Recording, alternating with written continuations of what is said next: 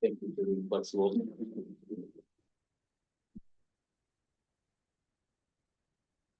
I guess if they knew it was a work session this time. Yeah, they should have. Yeah, so we Getting messages from Judy. Yep. They did.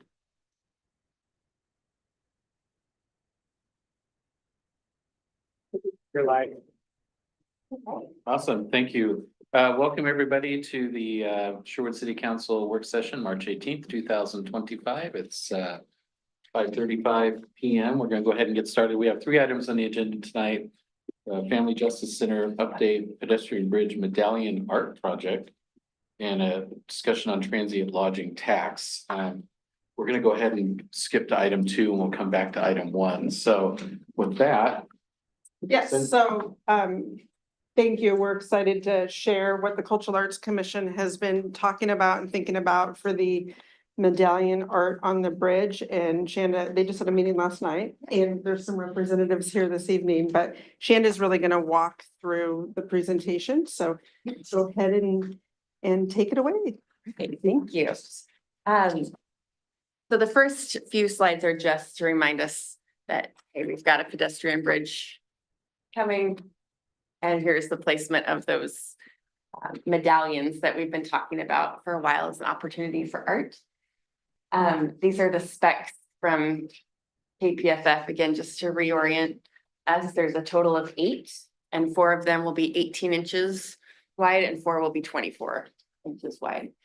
The fun thing that, one of the things that drove our discussion about this is the fact that they're in those little belvederes, which are the little step off moments for people walking down the length of the bridge.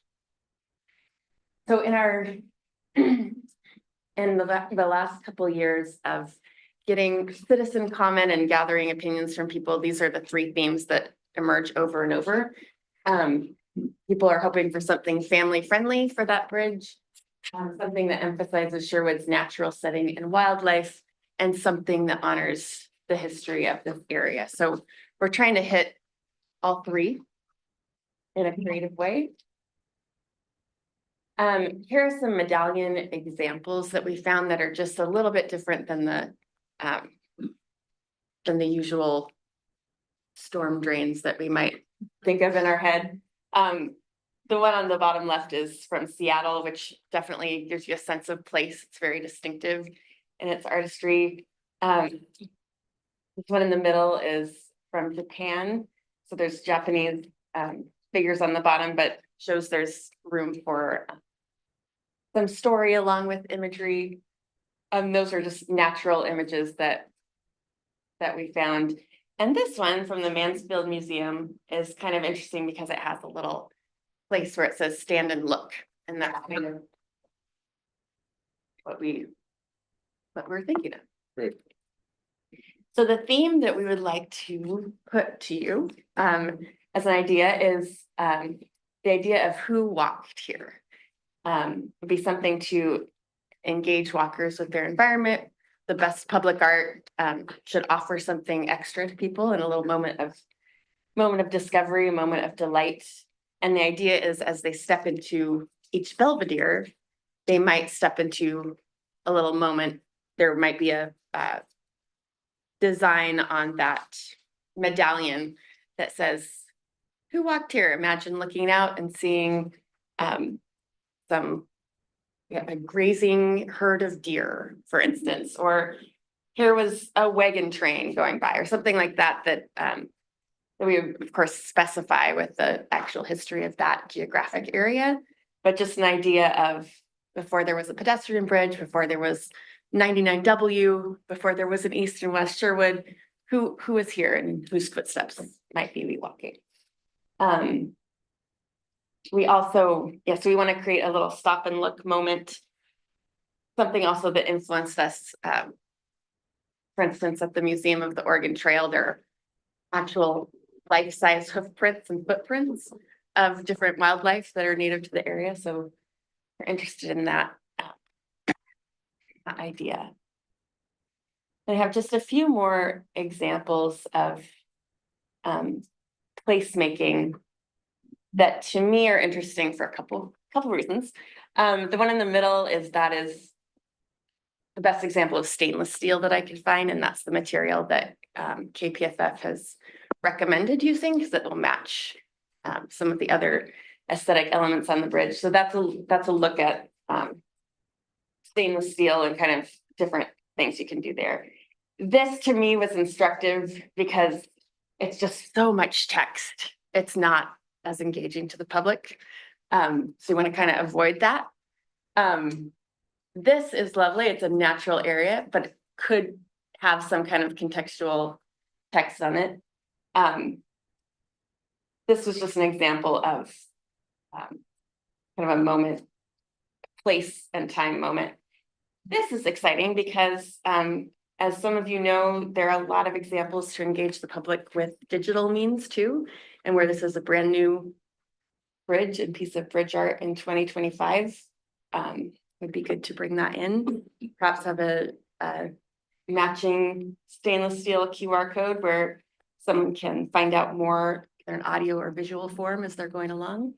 There are so many things that artists are doing with digital engagement that Well, the cool thing about the QR code and the digital thing behind it is you can change it, right? absolutely, Change the content, you can rotate it, update it. or even seasonally, if there's a, something that. Obviously, we'll have to take into account all the QR code fraud stuff that goes on these days, but if the QR code itself is not printed and it's on a piece of stainless steel, then it would be more obvious if somebody's trying to tamper with it. I love the idea of the history side of it. Was there any conversation about expanding it beyond the bridge? Because like, I can imagine these medallions in downtown Sherwood, like site of the first Ford dealership in Oregon, which is our festival square, right? Yeah. There's all kinds of nods to history of the city. I think there's so much interesting placemaking that we could do.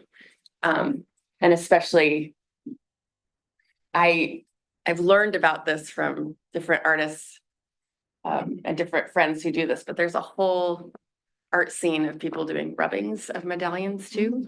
And this would be a very cool thing for Sherwood to have even rubbings of these medallions and make that kind of an identity as well. When I saw these, though, the difference in the stainless steel one is that looks like it's etched or somehow printed or something, whereas the other ones have a three-dimensional relief to them, yeah. And so is there any discussion again as to how they weather?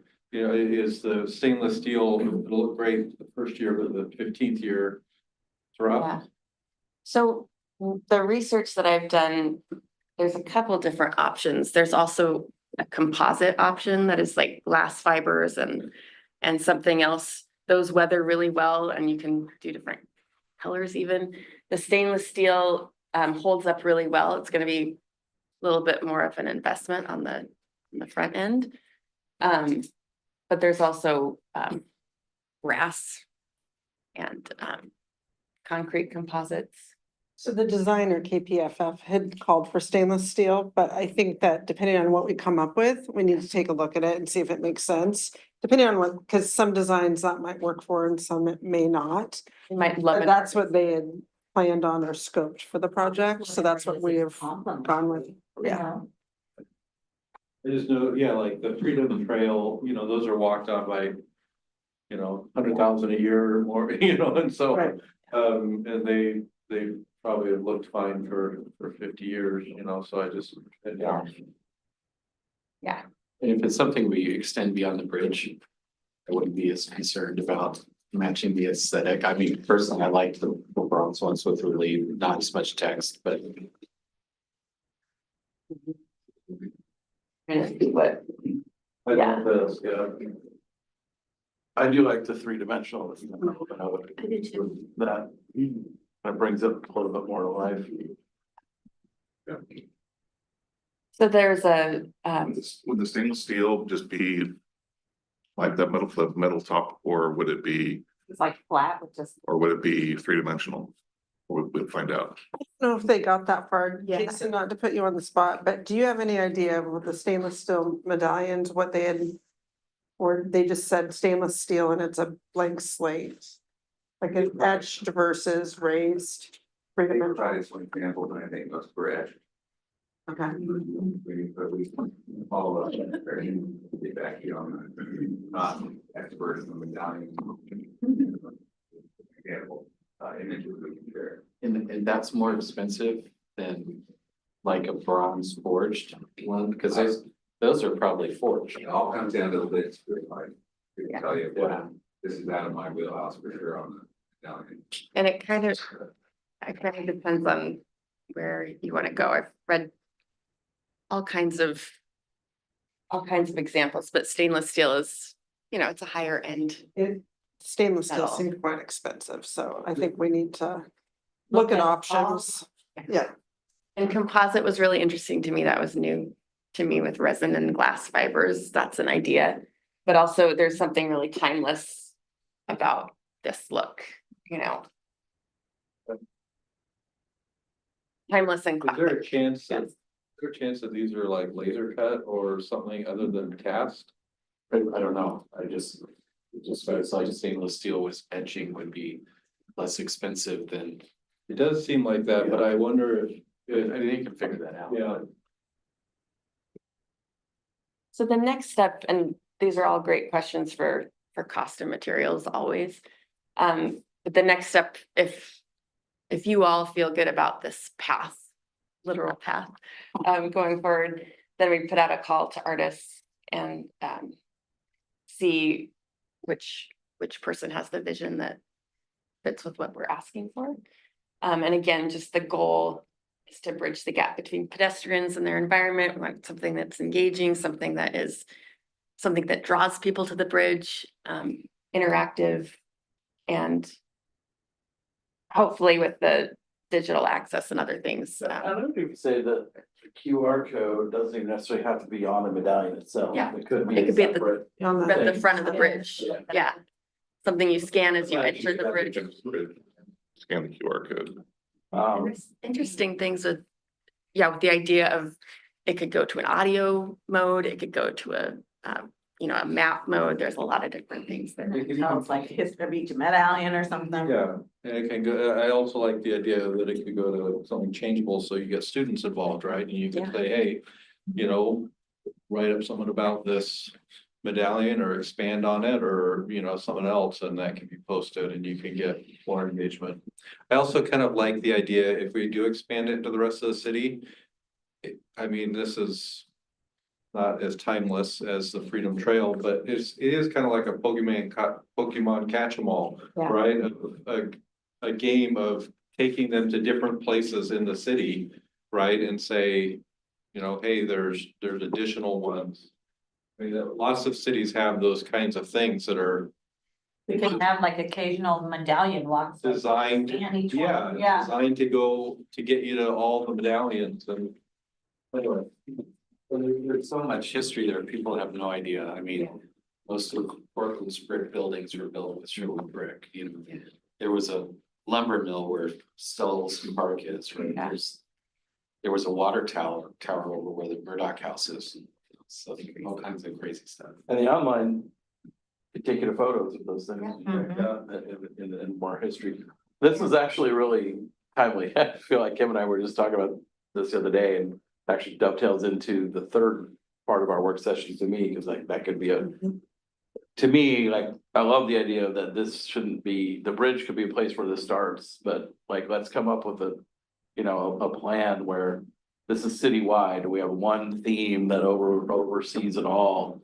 And we start figuring out a plan to build that content and fund it over, however, maybe through DLT or other mechanisms, but I think there's so much out there. We've kind of, over the years, we've kind of done a little bit here, like we've never really done anything overarching, and I don't know, I want to think big and figure out how we can do that, because it ties the whole city together.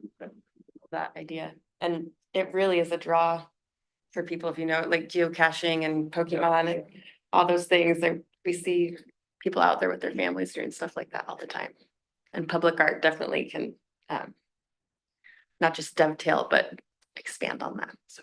And I wanna go and visit like places I haven't been before and, walk out into the old, to the downtown or the old town or whatever, and you see that like cohesiveness of like the signage and the storytelling, going, even walking, many, many blocks over the course of the city, but it's all tied together.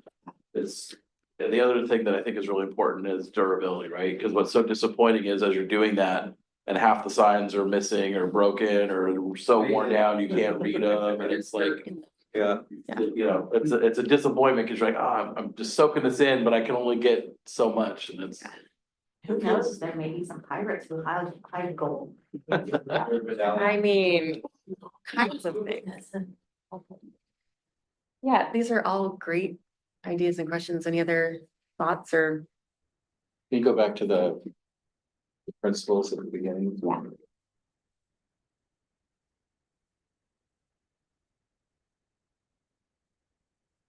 Yeah, I think just in terms of going forward, adding to this, something that can be expanded across the whole city. Sounds like we were all leaning toward more the historical emphasis. Before Sherwood and during Sherwood, right? Anything else? So can I ask a clarifying question? So if we're gonna add the other elements to the city, focus on the history specifically in that area, like what might have been outside of Smockville, if you will, and then expand and then focus on this, on the historical elements at Stella Olson and what that was, and have it be truly That's how I- symbolic, or do you want to tell the history of Sherwood through the bridge? No, the If that first makes one, sense. the first one. Okay, Yeah, because you can talk about the old Middleton Schoolhouse. Right. But on the bridge could be the history of Sherwood. Or We're talking about eventually we could have. these Yeah. But I see what you're Correct. saying, yeah. Yeah, but the bridge part could be like more of the history of Sherwood, like how did Sherwood, what was here before Sherwood was here? And then the stuff around town could be more like the history of that particular property. Yeah, and I think we tie them together not through like geographic location, right? Because history, is it's been all over the place. So we tie them together through, an artist will be able to figure out, okay, well, this ring around them is the unifying thing, the design that's around them that say, this is part of the Sherwood story or the Sherwood whatever. And some of them are about, animals that were here, and some are about native people that were here, and some are the early founders, but they're all unified, not necessarily because they're all in a timeline on a bridge, but because they have a design language that is. I actually kind of. If we're thinking about expanding this citywide, right, I kind of leaning into what Kim was saying. That's kind of intriguing idea, right? So you have your medallions all over the town, including on the bridge, one or two that are like specific to that location. But you really could use the span of the bridge telling like 5,000 BC on one end and 2025 on the other end, right? And you're kind of telling like the story as you walk across the bridge. That's an intriguing idea. How many medallions are? There's 8. So we did think of that partly because Tualatin has Tualatin has the Ice Age, woolly mammoth history. You can literally, like, there's sidewalk things where you can be like, I'm gonna start at the Paleozoic era and travel all the way. We felt like where it's 8. Nah, that's not Just really. not enough. Yeah, well, and they're also very evenly spaced out, and in the historical events, we might want to capture, not big ones you could put more on, but then Yeah. there's two that, put more. then some of them are kind of clustered almost. It's like 2 it's not a- clustered, and then 4, and then 2 clustered. I love that idea. We were thinking more each Belvedere is like hey, step into this time zone. Yeah. Hey, step into this little snippet of, just maybe not in a, Yeah, Linear. Orderly, yeah. I think that sounds good. Yeah. I think, I like the idea of, as I think about the wider vision, like, there's something to be said when you're standing there and it said, this is this used to be here. yeah, There's something about that. or like looking out and being like, I see a giant high school. There used to be a grazing ground, or or a trading post, I'm not sure, yeah, all the Well, things that. you know, June were there. Reynolds has written those amazing. Oh, books, yes. And it does talk about like where the hunting areas were, you know, Yeah. kind of all the different areas of town. I'm sure there's plenty of fodder. Institutional knowledge, yes. And I bet when we get the artists on board, we have some historian people in town that can come into your cultural arts meeting, give some input. That's engaging the right artists who can come in and absorb all of There's a that. way to ask questions and maybe tie it into the school district and maybe some of the lessons as well. That was some fascinating points when we were in Washington DC, going to the museums when they would ask specific questions and make you ponder and think about that piece of art and how you would reflect or how you would interpret it. But then we It's almost like a curriculum guide. yes, because it could be a building relationship with the school district a little deeper. So we have some members of the Cultural Arts Commission Committee here. Who's here? Raise your hands. What do you guys think? Are we taking everything south and destroying all your ideas or? You put a lot more thought into this than we know, so I'm just curious if your thoughts on. Well, actually, this is Deborah, I'm Jen, and we have Jane over here, and Deborah leaned over to me, she said, I'm going over by the interest and level of artistic and vision thinking. I go, oh yeah, see that guy over in the corner, I used to sing with him. And act. And that, dance. absolutely, we cannot. You have to rein us in too. 'Cause, yeah, yes. No, I love it. It's wonderful. We do have someone right now, Estella, who's on our team. She's actually like pulling all those documents from June Reynolds and she's going. So that is absolutely on our agenda to pull that in. We've had a lot of discussion about who walks here, from the animals that would traverse the elk and the deer and whatever, to the people through the wagon trains and other immigrants who built the community, and then where we are now. So I do think that is very, very much along that continuum. And then the whole idea of comprehensive approach is fantastic.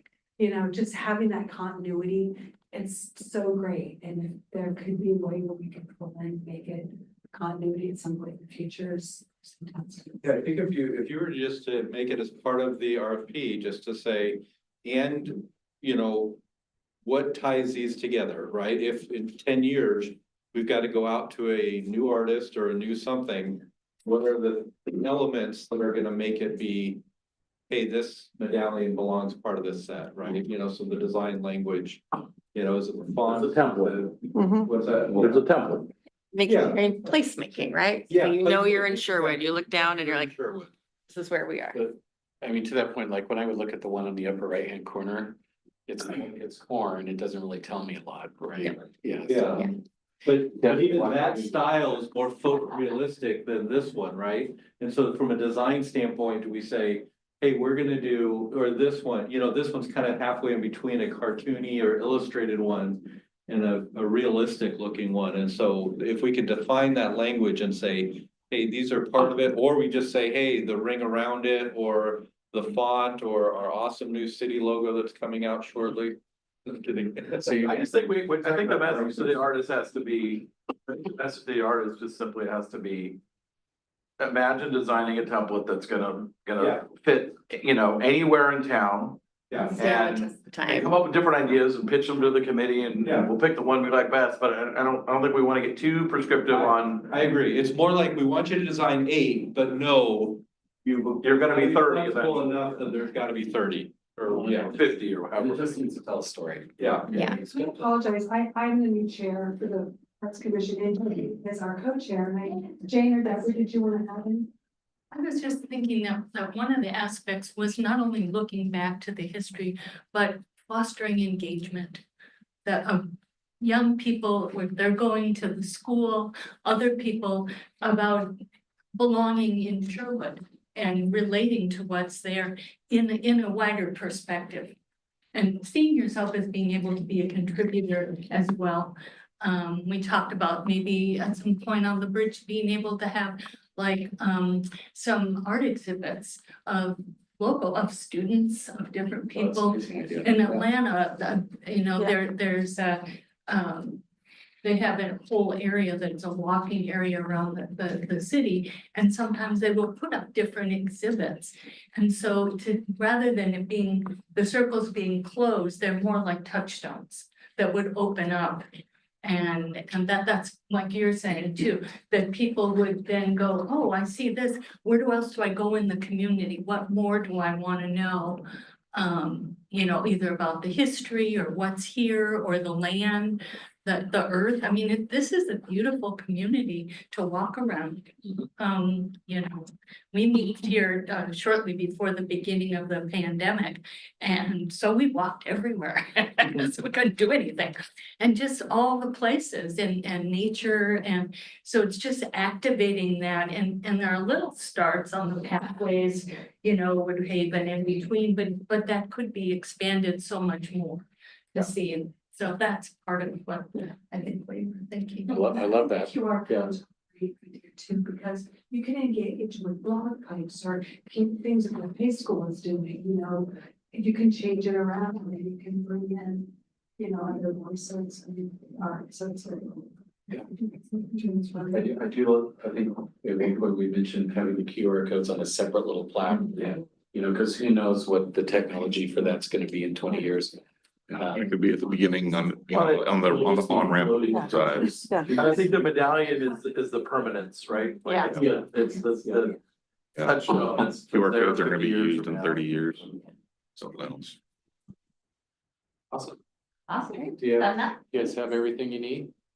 Great work. Thank you very much. Thank you for your work. It's fun to see you guys. Thank you. They're excited to see it. Okay. Yeah, it's awesome. Brad, I'm gonna let you do this, right?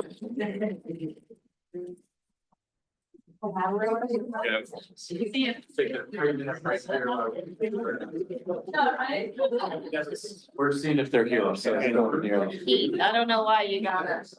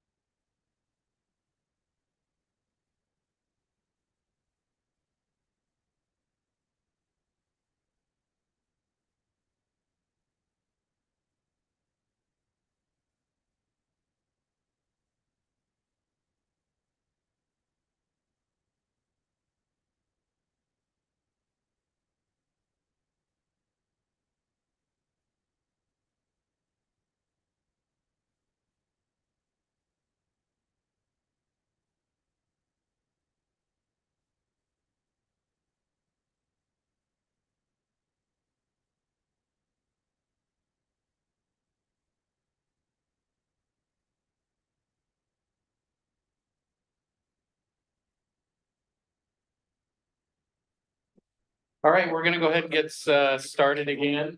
We're still in our work session. We're gonna go on our next topic which is transient lodging tax.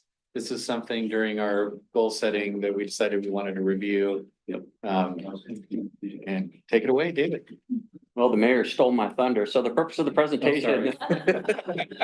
It's a part of city goals, pillar 3, livability and workability.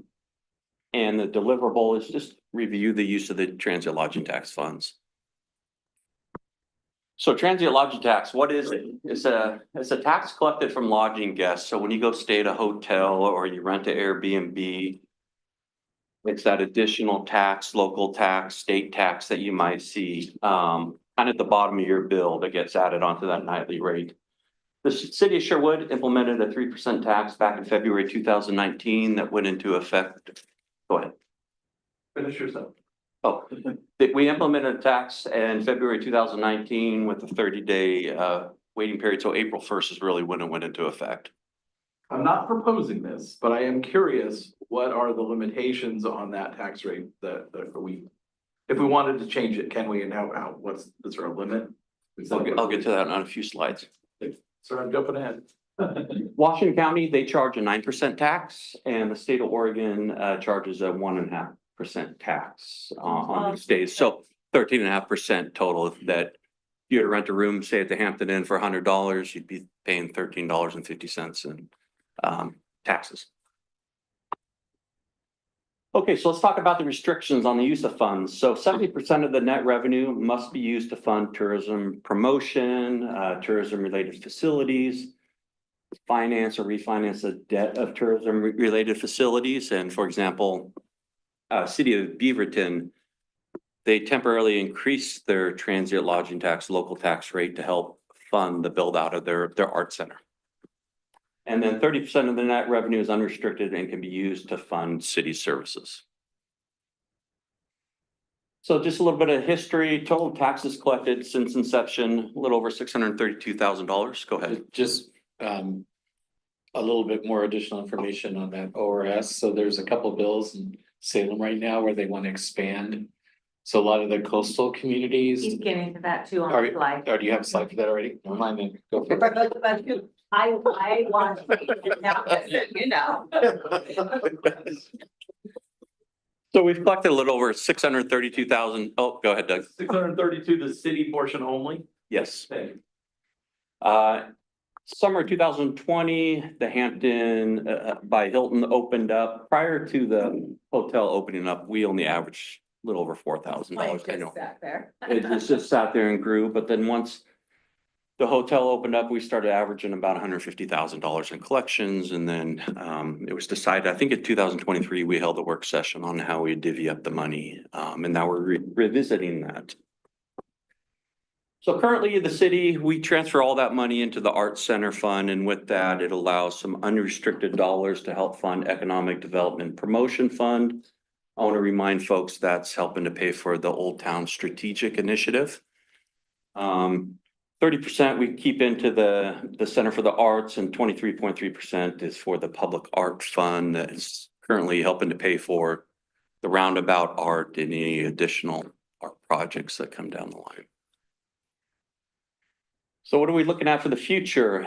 Currently in the long session down at the state of Oregon is Oregon House Bill 3556. This act would allow a city or county to use net revenue from its hotel tax to fund the cost of public safety and possibly costs that are tied to infrastructure, whether it's park trails. I've seen a little bit things floated out like potentially local streets, the wear and tear from tourism coming in, but you know, there's still be a lot to be vetted out down at the state of Oregon. I looked this bill up and read it today, and there's a hearing Thursday. Okay. But I looked at the testimony so far that they've received, probably about 40. There were 4 in support, the rest opposed. Yeah. And the ones opposed were mostly chambers, tourism related. The ones for it were the coastal cities, you know, that where the wear and tear on their roads and things like that. So it was interesting to read some of that stuff. And I know those coastal communities, they have maybe a stress on their jail population too from all the tourists coming in. Yeah. Yeah, and it's a real problem for it. And that's one of the reasons the LOC is helping with this issue. Yeah. but it's, I can see. why LSC it's- was in favor, yeah, they were. one Yeah, of the in favor. LSC's supporting it, they're, but you know, there's any organization that gets their funding from TLT is concerned about it. Right, Exactly. Yeah, so. And it has its flexibility, so the city, each city can Yeah, but if be flexible. one of the cities currently gives maybe some of their TLT to their tourism related board, like. the No, I get chamber that, but And the now city that- should be able to decide that it's a better use For for public safety or roads Correct, or that, right, Correct. versus not being allowed even. right. Or park trails, everything that attracts tourists. And then also we're watching for the future hotel. Around it in the summer and, how important is public safety? How important is transportation? And with that, I know it's a short presentation, but this is perfect timing. We're right in the middle of preparing the biennium budget, so kind of looking to seek potentially direction or just have an open discussion on whether you want to keep the current funding model the way it is, reevaluate when a second hotel opens up, or maybe after. So what happens down to the legislature, I so. think there's two things. I think we need to come back and talk about it again after, see what the legislature does. The other thing too, just as a reminder, the chamber is gonna be coming to us with a business plan presentation. We've been talking about potentially, have the city providing funding for the chamber. The obvious place for that would be at TLT taxes. So I think I think they're shooting for next month. Yeah, next month to come present to us. Okay. See what their plan is. So for me, I don't know about the rest of you. I think we have some boxes we need to check before we really wade into, are we gonna change this? Okay. Yeah. I think this we can talk, if we have time, Yeah. like, we can talk about what our options are. I know my first year on council, so it was before nobody else here was on council with me at the time. When we knew the hotel was coming, Mhm. we started talking about the TLT, and with the budget committee, and it was one of the options was the art center. One of the options talked about was the chamber. Mhm. So those were kind of the two that were talked about way back when we were going to. Hotel kind. And just to be clear, so we're not raising fears, just because TLT is one source of funding. With all the stuff, we have tons of sources of funding to think about how we allocate things. So just because we may have a conversation of increasing, I'm just hypothetically increasing chamber funding out of TLT, doesn't mean we're not gonna fund art or something like that necessarily. So it's just more about priorities now. Go ahead. You said you had a slide, when I asked the question earlier, you said you had a slide on what our maximum, what Oh, tax rate could be if we wanted to raise it, but I didn't see it. Oh, I must have missed that, so. I'd have to look into that. I think it would have to go, we'd have to approve an ordinance to raise it, but you could raise it to temporarily if we were to build some tourism related. So 3% is the cap? No, No, What's the cap? That's what I'm asking. chat GPT that. tell me. I'll have to research that. Some cities 9%, some cities 10%, That's why yeah. I just want to understand what our range is. I'm not saying we should go to the maximum, I'm just, I don't know what the so options right, are. it's my understanding that if the city builds a tourism, arguable tourism related asset. And how you define the asset and tourism, I think it's subjective. Okay. Then you can you can pass an ordinance to raise it some amount. I'm asking about permanent. What's If the we cap? wanted Oh. to change the permanent rate. Permanent rate? 3% So I to don't know something what else. it is, but this, we found an article, Seaside raised theirs to 10%. Yeah, so we're. Again, I'm not necessarily suggesting that, but it is another lever. Yeah. That we can. And we need to, Maybe fully 4%'s the right number, and not 3, yeah. yeah, and we need to fully understand the law. And we are, when I looked at all the cities and what they're charging, we are kind of on the lower end when it comes to the lodging tax that we charge locally. But I'll research that and, 9%. When's the next hotel coming on? but I'll research that and send it out to the city council on what we can do.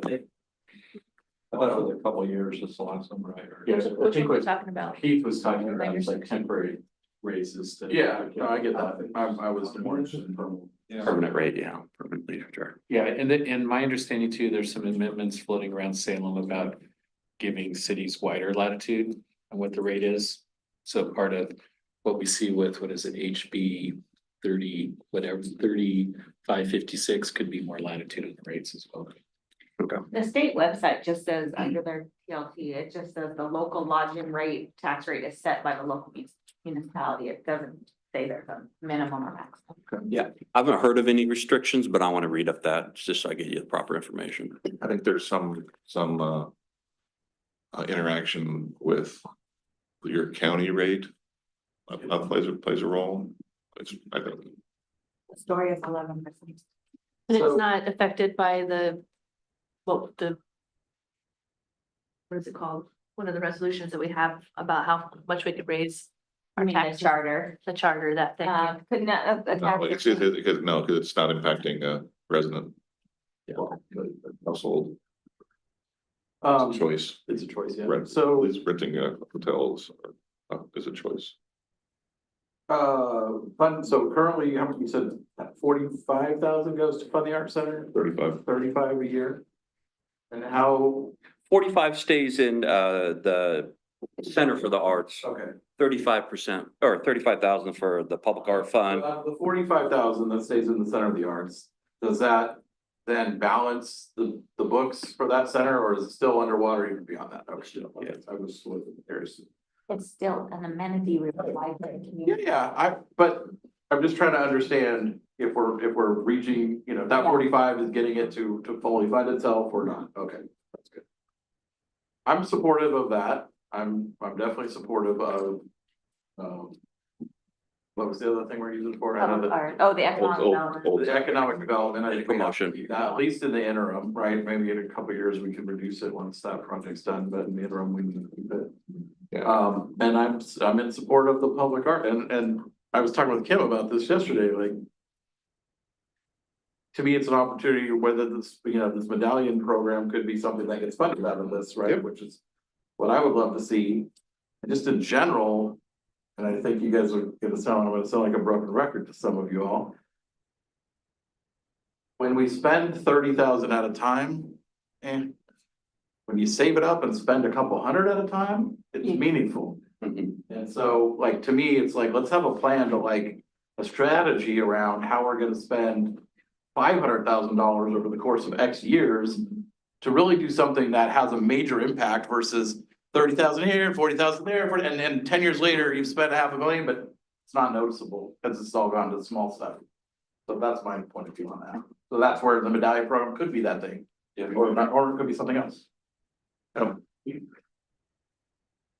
The current configuration, I'm supportive of, certainly there's gonna be a big opportunity with, once the Old Town work is completed, to deploy those resources in a different way.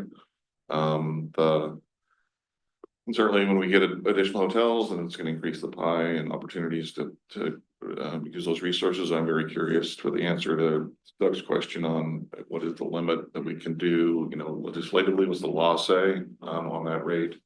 So I guess clearly 1% currently equates $50,000 a year, per average hotel. It's just, interesting to know those facts. And, yeah. Right? I am comfortable with the current funding level until we find out whether or not state public safety passes, because I'd like to see us reconsider then, and if you, Oh, the whole you public reinforce safety, that? the word, yeah, Oh, the, If bill. That bill, If- that bill, if the if that bill- passes. If it passes, yeah. and if we do have further conversation regarding the chamber, then I think we also should consider Main Street Sherwood. Yeah. And other thing, it kind of ties back to our previous conversation, something that you said intrigued me as we continue to build out Sherwood West, and specifically the hospitality area. And wine being the gateway to wine country, we could tie the medallions in some capacity towards that as well, future. Yeah, other medallions for sure. Taylor. I love all the things that we're talking about. I feel like a little cart before the horse until we get our branding done for the city. Because the logo, the color, all of that stuff. And by the way, Are you talking about TLT or medallions? TLT. Because if we're gonna be putting out advertising for, hey, we need you to come to this area, we're a gateway to wine country, all of this stuff is all branded around, you know, we want you to buy a shirt, right? You go to Seaside, you go to all those places, they all have branded shirts that have the city logo that you see kids in our high school wearing, right? Why not us? Everybody in Sherwood wears Sherwood gear, but it's all Sherwood High School gear, right? And so I'm just saying that as a city, we have a logo that looks like it's from the nineties. And it's hard to print, it's hard to see from a distance, it's, you know, it doesn't speak to what the current vibe we're going for in the city. And so I feel like let's spend, I'm even with Doug, let's maybe if we raise it a little bit and make people that are visiting our city pay for, you know, the design services on that. And it doesn't have to be a ton of money, it just, you know, $20,000-$30,000, we could do it. So it's the reason we've delayed, I didn't think the reason we delayed branding was had it was a financial one, but maybe Well, I don't I know. thought it was more of a capacity. I think it's Capacity. capacity with. Had some issues with funding. Yeah, I think it- With other goals. Okay. Yeah, I think it was funny. I think it always gets kind of cut off the list, but we got a new website going out. We've got this massive bridge going in that's gonna be this major event that's gonna have news cameras from all over the state. You know, it just seems like we're missing an opportunity to launch the branding. I could not agree more. I love the fact that you can tie just about any conversation we have back to branding. It's amazing. I mean, it's not. Hey, It's, man. but you know, I'm on the same page. Yeah. It's something we need to get done. Kim. Yeah, I rarely agree with his branding comments, but tonight I agree with his branding. Hey.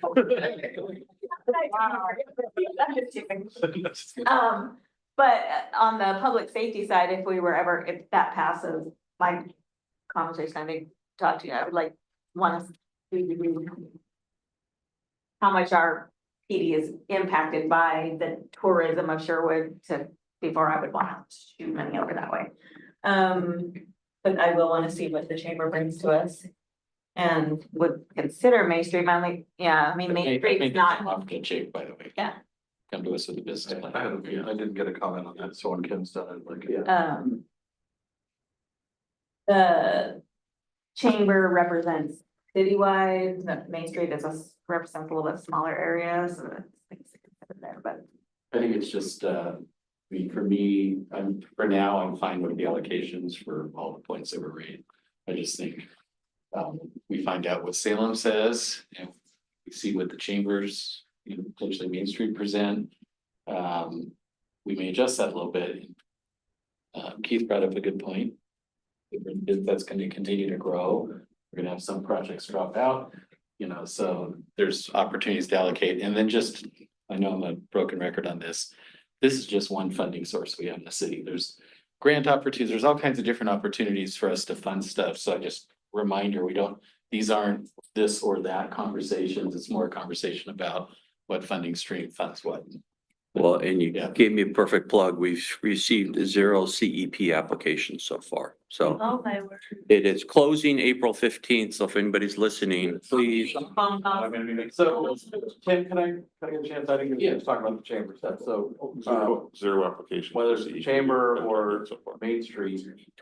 In general, I wanna hear what they have to say, but my general thought is, I'm not predisposed to wanna just give any organization money from our funds. What I wanna see is something similar to the CEP program, where you come with a specific ask for a specific deliverable. You tell your story of what you want to fund and what your end result is gonna be and how much money you want, and then I'd be more doing it on a grant basis versus we'll give you 50 grand a year and hopefully you use it well. I'm really not in line with that. Part of a bunch of money. It's a conversation. Yeah, I want to hear what they have to say, but that's my default point of And view. I have a lot of ideas that I think we need to have that conversation with them, because it's also. Chambers can be a powerful economic development tool. But for them to grow and not just be a fundraising organization, they need more stable revenue. So these are all things that we can talk about, but it all depends on what the. Yeah, well, if you were to say. I wouldn't mind the conversation though about potentially increasing our 3% to something. I will pull, Brings another 100,000. Yeah, I'll pull that information for you. What the surrounding communities maybe.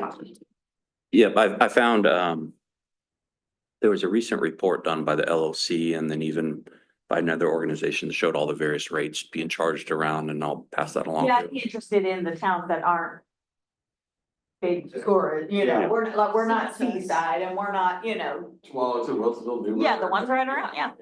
You know, it would appear that section 47 of the Sherwood Charter would apply.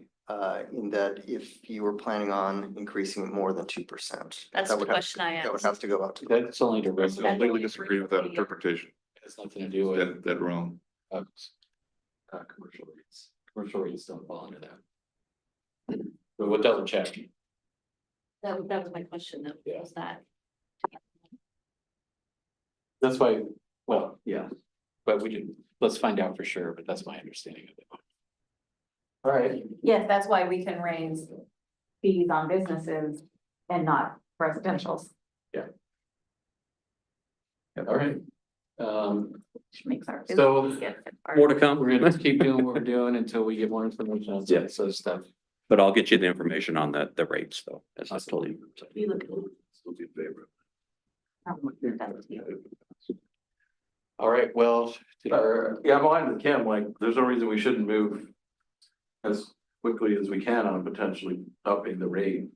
Like, let's get the information, let's have another work session and we can get an ordinance going. Yeah, I'd like to have a plan first, so just up by the rate. Up the rate. yeah, I would agree, with that. I'm willing to have conversations, but I'm not willing to commit to nothing different than what we're doing today. I mean, regardless of whatever we're gonna do, like, having more money in the pot is positive, so. If we're below market, we should get to market, and so we can capture that missing money as quickly as possible. And just as a reminder, when I mentioned the budget, maybe we're probably looking at significant reductions over the next 2 years from WCCLS. There's a lot of financial headwinds coming our way, so we need to think about that. That rate gets sooner and start making money. Yeah. All right, well, we're only gonna be doing the 2 items tonight. We'll reschedule the Family Justice Center Did we go? Congressman. Oh, that's too bad. Yeah. They just sent their presentation. Maybe it was like through. Did they respond knowing it was 5:30 or the email? the Yes, same? they responded on Thursday. They'd be here. I'm sure Something unexpected, I'm sure. So why don't we go ahead and jump in, we get our exec session done now? That is. For our 7 o'clock, thank you, Craig. Well, Here's the back. I'm sorry, Sebastian, can we do that? Very smart, Craig.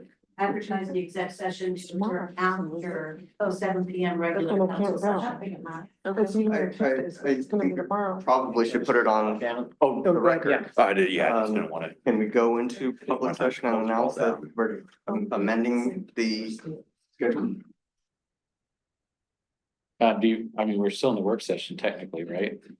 So just make a statement here. No, I think that I would defer on Sebastian's point of starting. I understand this point. So start the city council meeting early, amend the agenda. Or start the meeting, recess the meeting to exec, then go back. I think we could probably be covered.